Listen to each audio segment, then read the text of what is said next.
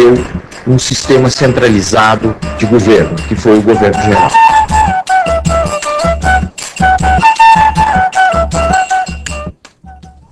Quando os portugueses chegaram à conclusão de que era preciso dar um ganho econômico ao Brasil, eles se concentraram principalmente na produção de açúcar, plantando a cana-de-açúcar. Eles tinham uma grande vantagem na plantação da cana-de-açúcar, no refinamento do açúcar, porque eles já tinham uma experiência na costa da África. Eles haviam colonizado as ilhas da costa da África e conheciam muito bem o negócio do açúcar.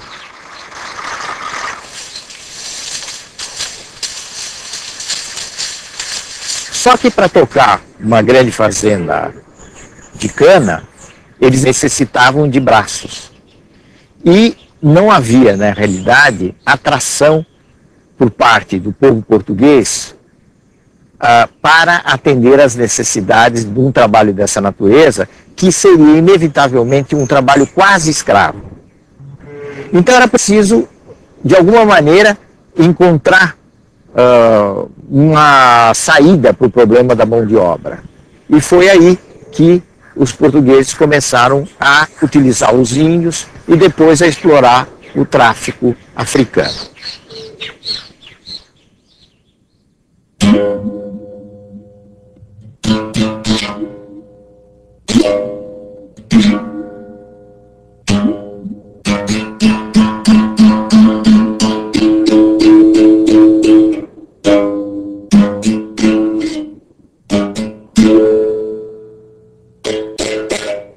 Os escravos vieram em condições muito penosas para o Brasil. Morria muita gente na travessia da costa da África para o Brasil.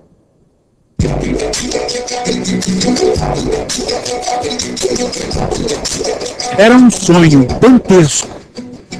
O tombadilho que das luzernas avermelha o brilho em sangue a se banhar, tinir de ferros, estalar do açoite. Legiões de homens, negros como a noite, horrendos a dançar. Negras mulheres suspendendo as tetas. Magras crianças cujas bocas pretas rega o sangue das mães. Outras, moças, espantadas, no turbilhão de espectros arrastadas, em ânsia e mágoa. Vãs, Senhor Deus dos desgraçados, dizei vós, Senhor Deus, se é loucura, se é verdade, tanto horror perante os céus.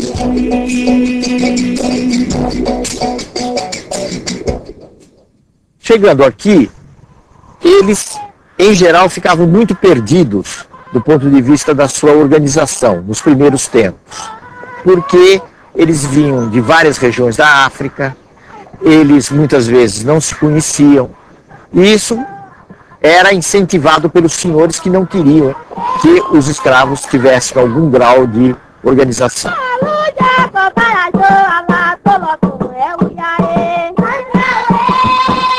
A resistência dos negros à escravidão teve, no Brasil, muitas dificuldades para se realizar. A extensão do país, a diversidade dos grupos, mas ela acabou existindo. Só que nunca houve nada no Brasil, não só no Brasil como em outras colônias, que fosse semelhante a uma grande insurreição, como aconteceu no Haiti em fins do século XVIII. Mas as resistências existiram e a forma mais conhecida da resistência é a forma do quilombo. É uma organização de negros fugidos, mas se sabe hoje que não só de negros fugidos, havia gente que se juntava aos negros e tinha uma forma de vida própria.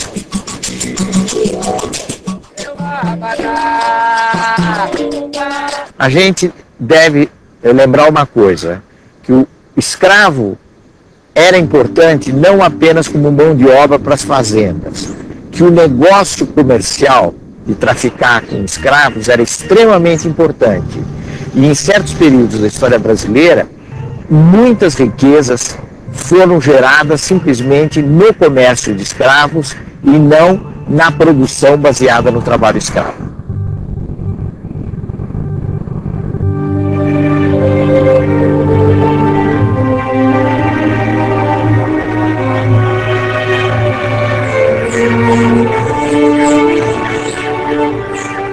A presença mais importante no Brasil colonial, além dos portugueses, naturalmente, foi a presença dos holandeses.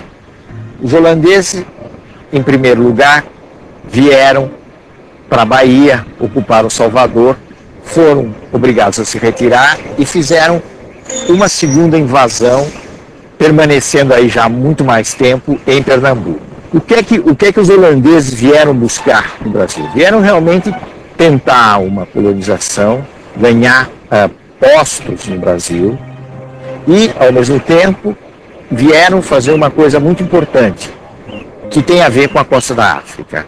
Vieram controlar ou tentar controlar o comércio de escravos, tanto assim que ao mesmo tempo em que eles ocuparam o posto no Nordeste, ocuparam Pernambuco, eles avançaram sobre a costa ocidental da África.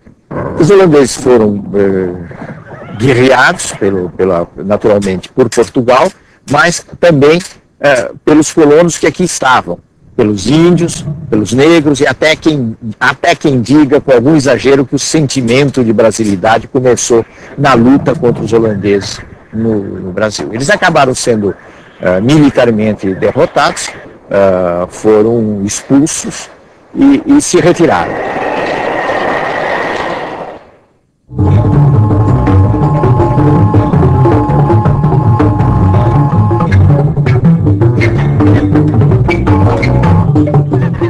O Brasil do século XVII ainda é um Brasil pouco explorado.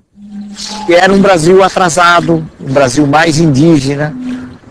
O caso de São Paulo, por exemplo. O que era São Paulo? São Paulo era uma terra de gente rústica, os famosos bandeirantes, que viviam de avançar pelo sertão, apresar os índios, conquistar território para a coroa portuguesa. Os bandeirantes desempenharam um papel muito importante nesses avanços no interior do Brasil.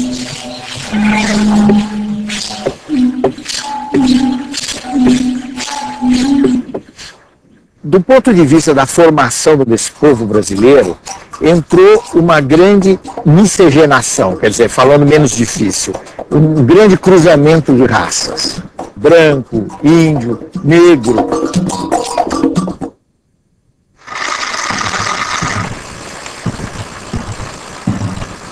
Em meados do século XVIII, mais ou menos, finalmente os portugueses quebraram uma frustração muito grande que eles tinham com os espanhóis.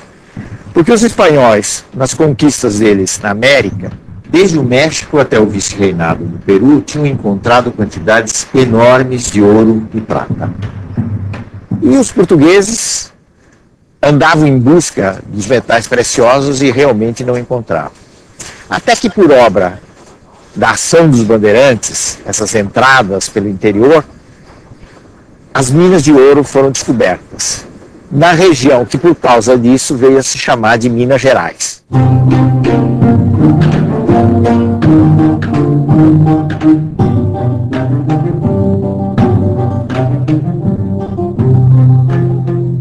Do ponto de vista da sociedade, nós temos a primeira experiência de grande imigração branca para o Brasil. Quer dizer, os portugueses não se interessaram pelo açúcar, muito menos por entrar pelo sertão adentro, né? Mas quando se soube que havia ouro no Brasil, metais preciosos, diamantes no Brasil, houve uma imensa corrida em busca do ouro para o Brasil de imigrantes vindos de Portugal.